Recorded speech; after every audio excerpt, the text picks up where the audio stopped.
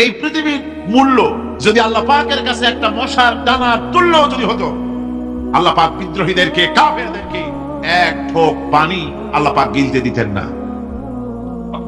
এবার চিন্তা করেন আল্লাহর ব্যাপারে যে দৃষ্টান্তটা দেওয়া হয়েছে, দৃষ্টান্তটা কত গুরুত্বপূর্ণ। মশার দানার তুল্য, মশার দানার তুল্য এই পৃথিবীর দাম নাই আল্লাহর কাছে। আপনাকে যদি কেউ 10 লক্ষ মশার দানা বহু কষ্ট করে জোগাড় করিয়া যদি কেউ দেয়, তাহলে আপনি কয় টাকা দিয়ে কিনবেন? 4 পয়সা দিয়েও একজনে বলছে 4 পয়সাও দিবে না। তাহলে বলছেন এর কোনো মূল্য নাই। একটা মশার দানার তুল্য মূল্য আল্লাহ পাক এই পৃথিবীর দেন না, যার কারণে অবারিত উন্মুক্ত হস্তে আল্লাহ পাক সমস্ত মানুষের জন্য, প্রাণী জগতের জন্য তিনি করুণা করেছেন সকলকে।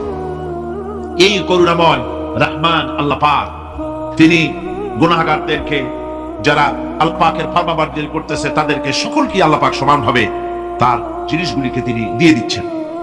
এটা হচ্ছে রহমান। আর রহিম হচ্ছে, হাদিস শরীফে বলা হয়েছে আর রহমানু রহমানুদ দুনিয়া ওয়াল আখিরাহ, আর রহিমু রহিমুল আখিরাহ। মুমিন রহমান তো শুধু আল্লাহ পাক দুনিয়া এবং আখিরাতের জন্য, আর রহিম শুধুমাত্র আখিরাতের জন্য। আবার কোন কোন আয়াতে বলা হয়েছে যে আল্লাহ পাক দুনিয়ার মানুষের জন্য রহিম।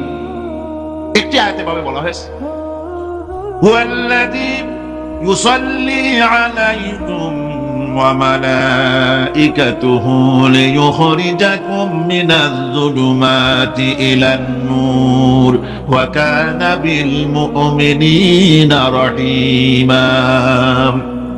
সে আল্লাহই তোমাদের প্রতি রহম করেছেন, রহমত নাযিল করেছেন, এবং তার ফেরেশতাগণ এই উদ্দেশ্যে যে তোমাদেরকে তিনি অন্ধকার থেকে আলোর দিকে বের করে নিয়ে আসবেন। আর তিনি হচ্ছেন মুমিনদের জন্য রহিম, অত্যন্ত দয়াবান।